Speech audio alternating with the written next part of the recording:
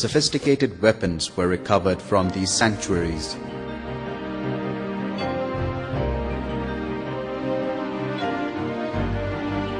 The terrorists mounted some of the deadliest attacks possible by an irregular force. They also coupled it with well-planned psychological operations and propaganda campaign by flooding the markets with thousands of CDs and literature aiming at convincing the Pakistani public that their government was somehow violating religious injunctions by fighting them.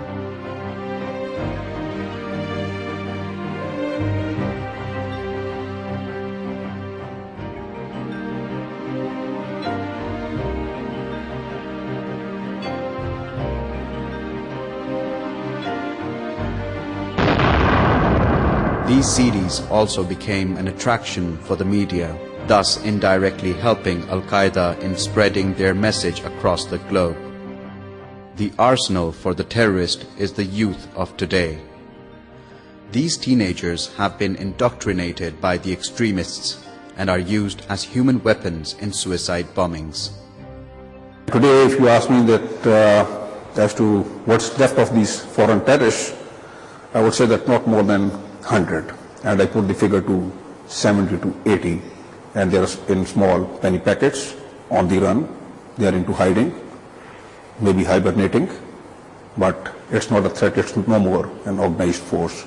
So I would say that I have eliminated about 85% of the foreign terrorists.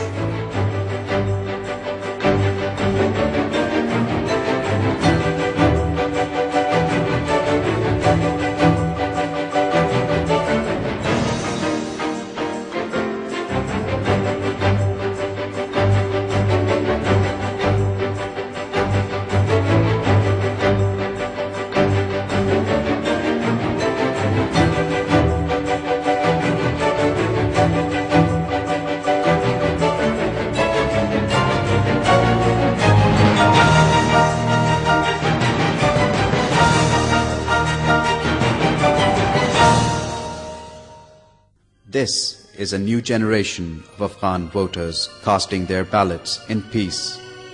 For 30 years they were denied this right.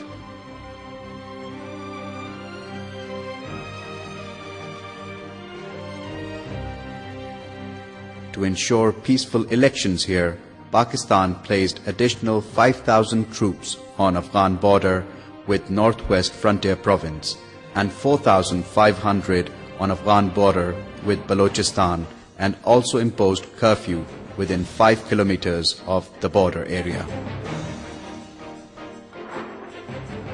Pakistan's unprecedented anti-terror campaign generated an effect that went far beyond the borders of Pakistan. The leads provided by Pakistan directly resulted in averting terrorist attacks planned by various terrorist networks in different parts of the world, like the plan to attack London's Heathrow Airport in 2004. I would like to thank the President for the moves that he has made recently. He explained to me just now in the meeting the 6-point strategy that he has for fighting terrorism, terrorism not just in Pakistan but elsewhere as well. Pakistan's strategy against terrorism had a favorable effect on the Pakistani public opinion, emboldening many Pakistanis to stand up to terrorism. Ghufran, a 24-year-old young man from Karachi, on spotting a suicide bomber in a Karachi mosque, without caring for his personal safety, jumped on him and threw him out of the compound, thus saving the lives of hundreds of worshippers. मस्जिद में मैंने भाई ने और दीगर साथी ने मिलकर गेट पर वॉलंटियर का काम अदा किया। अब ये बात जहन में थी कि वो तो खुदकश हमला आवर है।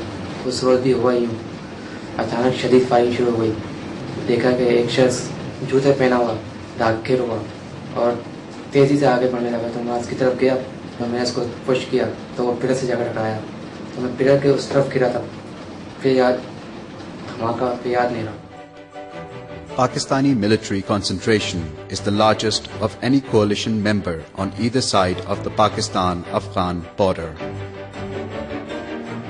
There are over 80,000 troops operating in the federally administered tribal areas of Pakistan who are manning 768 checkposts all along the Pakistan-Afghanistan border.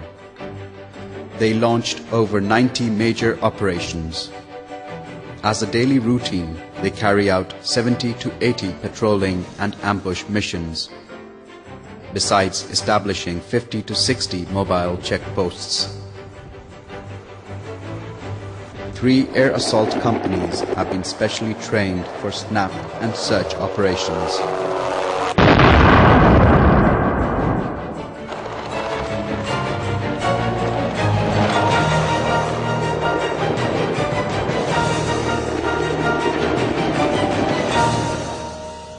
Over 800 terrorists have been apprehended and over 300 have been killed so far. Al-Qaeda's backbone has been broken. It has ceased to exist as a viable force. Al-Qaeda is now more of a phenomenon than a network. Sporadic acts of terrorism that still continue in other parts of the world are due to local conditions, or more likely by certain regional groups who are using the name of Al-Qaeda to lend legitimacy to their acts. Major General Shaukat Sultan Khan, Director General ISPR, regularly visits the tribal areas in order to brief the world media on the progress of the war on terror. Pakistan condemns terrorism in all its manifestations and forms, and Pakistan is committed not to allow its territory to be used for terrorism, for any terrorist act within the country or outside the country.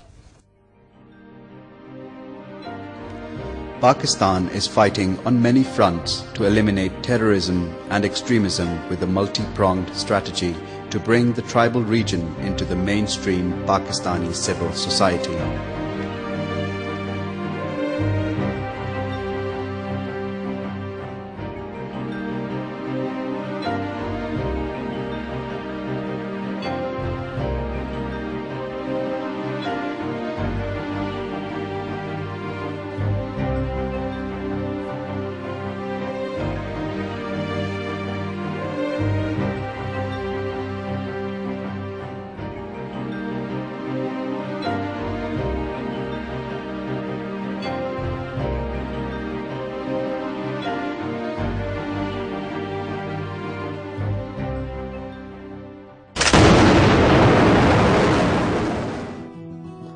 Other than the artillery pieces and combat helicopters, the engineering corps is building schools, roads and digging wells for clean drinking water, constructing necessary permanent infrastructure to link these hardy people to the civilized world.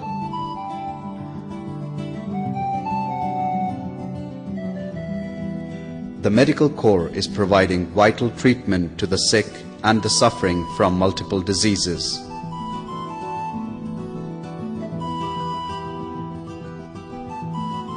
Aisha Wazir, this talented youth from Wazeerastan, was denied her basic right to higher education.